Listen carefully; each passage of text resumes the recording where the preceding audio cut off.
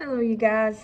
So first I want to go over just types of angles created by parallel lines in a transversal. I'm going to mark these so we know that they're parallel. And the first kind I want to talk about are corresponding angles. All right, corresponding angles are located in the same position on the different lines. So like this angle 1 is on top and to the left. Angle 8 is on top to the left. Those are corresponding angles. And we know that corresponding angles formed by parallel lines in a transversal are congruent. So we know that angle 1 is congruent to angle 8. They're corresponding angles. And then angle 2 would be congruent to which angle? Angle 5. They're corresponding angles. And then angle 7 would be congruent to angle 4, and then angle 3 and angle 6. Those are all the pairs of corresponding angles. All right, another type of angle are alternate interior angles.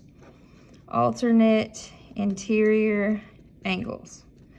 Alternate interior angles are also congruent when formed by two parallel lines cut by a transversal. So alternate means opposite, and interior means on the inside. So I want to look inside these two lines. So the angles that are on opposite sides on the inside would be 4 and 5. So angle 4 would be congruent to angle 5. And then 3 and 8. So angle 3 would be congruent to angle 8. On that same note, we have alternate exterior angles. So same principle, they're on opposite sides, but on the outside. So when we look up here, so outside opposite sides would be 1 and 6, and then 2 and 7.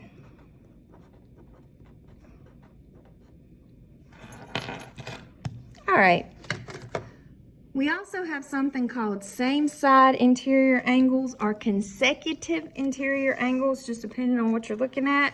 So I'm going to call them same side interior. But they can also be called consecutive interior angles. Okay, so those are angles that are on the inside on the same side, and they're not congruent, they're supplementary. So if you take the measure of angle 4 and you add it to the measure of angle 8, that would equal 180 degrees. And then the measure of angle 3 plus the measure of angle 5 would also equal 180 degrees.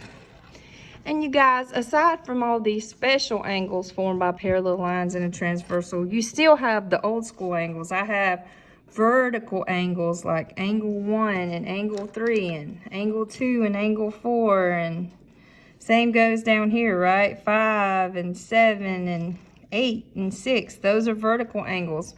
And we also have linear pairs, which are two angles that are next to each other. They share a side, and they also are supplementary. So angle 1 and angle 2 up here, you see they share this ray, and they're also supplementary. They make a straight line. So I know that these two angles add up to 180 degrees. So not just these special ones, but all the old school angle pairs as well. All right, so what I wanted to do is the two proofs in the lesson tutorial for this section. So let's look at those. Sometimes people struggle with proofs. So it says, in the diagram, R is parallel to S, so I'm gonna mark that. And both lines are cut by transversal T. So here's my transversal. They want us to prove that both pairs of alternate interior angles are congruent. So not using the alternate interior angle, but proving the alternate interior angle. So we have statements, and we can't just go around making statements without backing it up with a reason. How do you know that? That kind of deal. All right, so we start with a given 99.9% of the time. Sorry about that. So we're given that R is parallel to S, and that it's cut by transversal T. And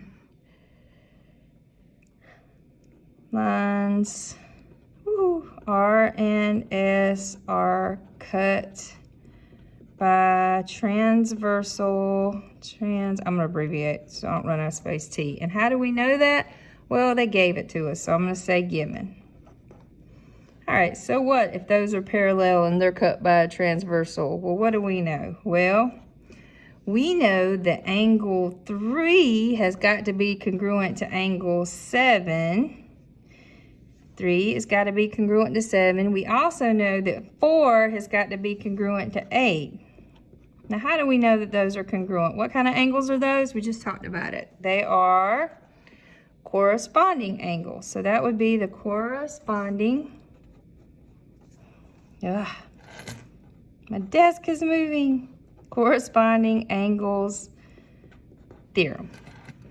All right, well, if this 3 is congruent to 7 and 4 is congruent to 8, what else do I know? Well, I know that 7 is congruent to 6 and 8 is congruent to 5. So I also know that angle 7 is congruent to angle 6 and angle 8 is congruent to angle 5. Now, how do we know that? What special pair of angles do we have here? What kind of angles are those? They are vertical. So that would be the vertical angles theorem. All right, and then lastly, if we have 3 congruent to 7 and 7 congruent to 6, what can we say? We can say that 3 must be congruent to 6. All right, and if we know 4 is congruent to 8 and 8 is congruent to 5, we know that 4 must also be congruent to 5. And what property would that be? You probably learned about it in algebra. We talked a little bit about it. That would be the transitive property of congruence. I'm just going to draw the symbol for congruence, okay? All right, so that one wasn't terrible. This next one's a little beefy. All right, it says, given that CD is the perpendicular bisector of AB, so we know it's creating right angles, and this segment has to be congruent to that segment. Just go ahead and mark in that. They want us to prove any point on CD is equidistant from the endpoints of A and B. All right, so same as before, we're going to start with our statements.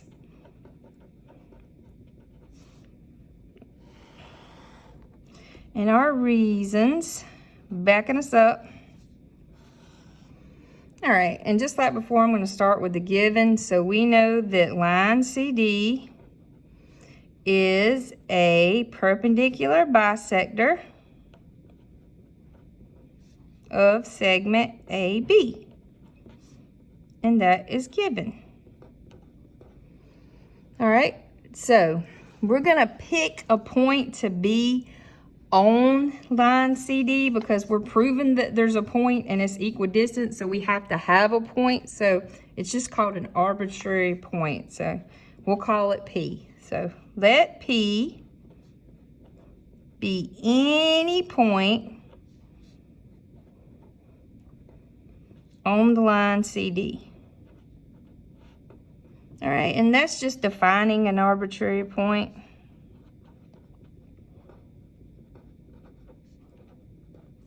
Hope I spell this right. Arbitrary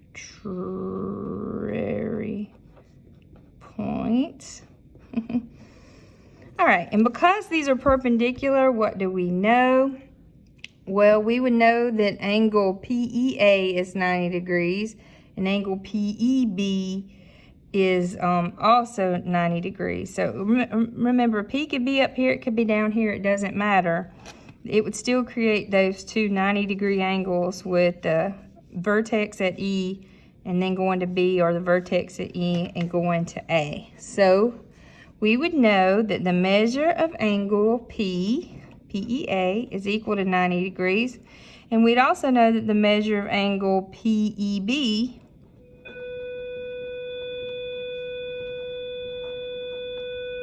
would equal 90 degrees. And how do we know that? Well, because it's a perpendicular bisector.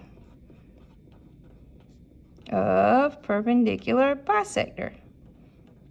That's what that means, right?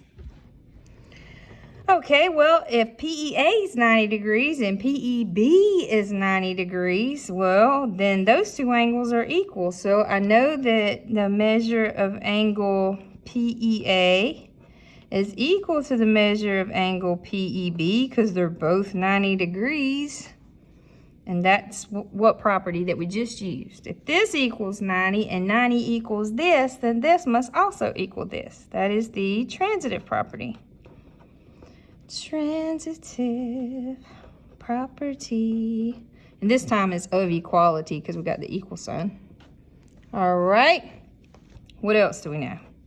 We know these two segments are congruent. So let's, just to help with this, let's pretend P is right here. This is our imaginary P. All right, we've said that these two angles are congruent because they're both 90 degrees. And now we're going to say that these two segments are congruent. So I know that AE is equal to BE. And again, how do we know that? Because it's a perpendicular bisector. So it's not only perpendicular, it also bisects. So the definition of a perpendicular bisector.